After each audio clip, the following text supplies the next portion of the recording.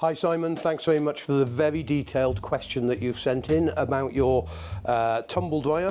You've got a heat pump tumble dryer that's manufactured by Candy and your model number is R0E H10A2TCE-80.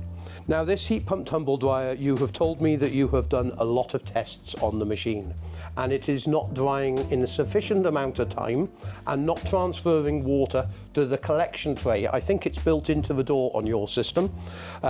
Basically you're telling me it's running but it's not getting as warm as it used to in the drum.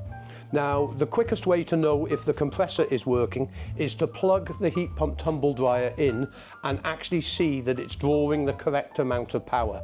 Heat pump tumble dryers normally draw somewhere between 500, 400 watts of power all the way up to 700 watts of power, depending on the size of the compressor and the motor.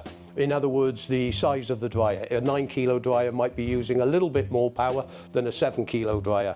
But what's actually happening is you're telling me you've checked the sensors and you've checked that the water pump is transferring water from the collection tray at the bottom to the collection tray in the door that you empty, but you're telling me it's not getting warm as it used to.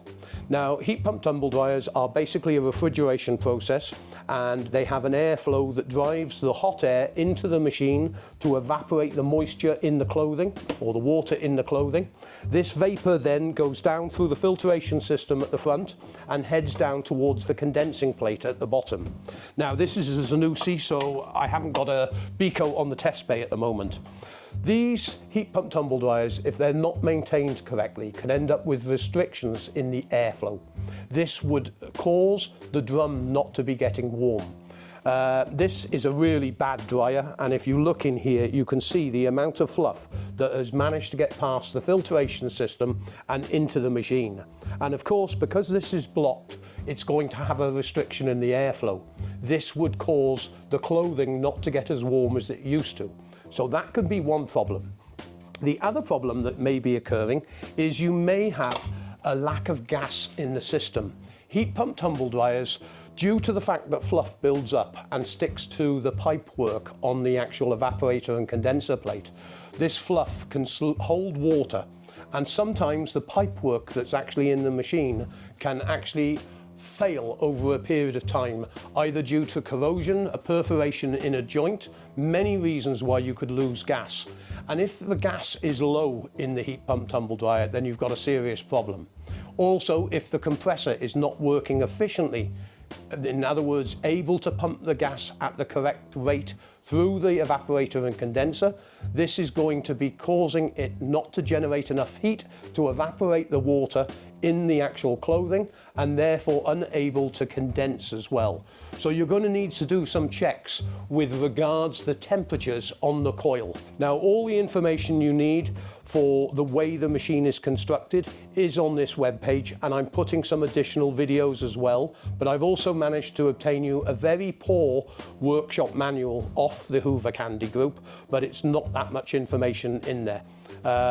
What you want to be checking is if the compressor is running and drawing power, are the coils on the evaporator and condenser getting cold and are they getting hot?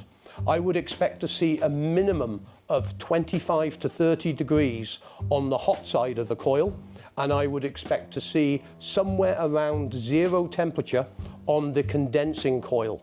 The exact temperatures, I do not know what the cycling rate is on the compressor because I do not have the workshop manual in depth telling me this, but I will be doing some examples of this in future videos.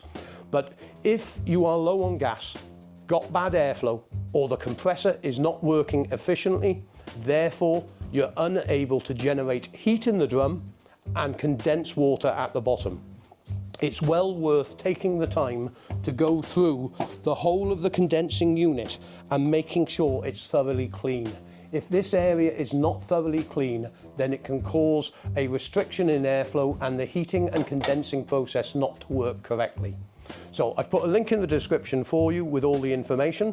If you need further assistance, feel free to reach out to us and use the contact us page. I hope all this information points you in the right direction of diagnosing the problem with your machine. But as I said, if you need further help, feel free to reach out to us. Good luck with your repair. Thanks very much indeed for contacting us.